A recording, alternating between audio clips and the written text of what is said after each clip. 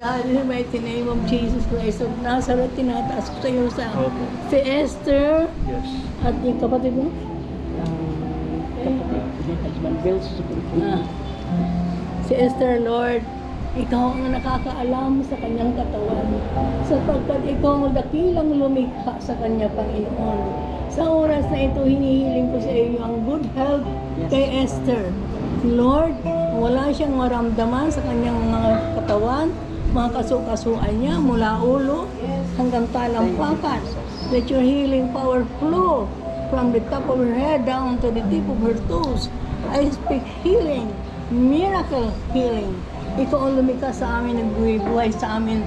Sa iyong mga kamay, nilalagap namin ang bawat buhay. Ang katawan na Esther, habang nanatili sila dito, Panginoon, makabalik si Ali.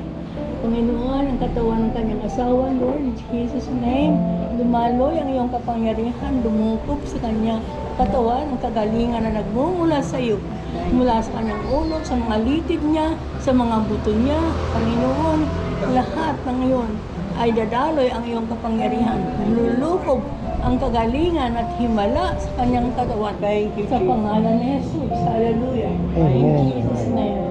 By your stripes you are healed, Father God, in Jesus' name. Thank you, Lord. Thank you for touching them, Lord, in Jesus' name. Thank you. Sino pa?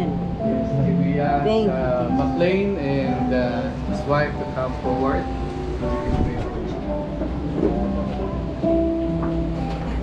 Para manifest siya kay Lord. Pero mag-i-complete. Kilala niyo? Ang kaya si babes. Baby Laya. Baby Laya.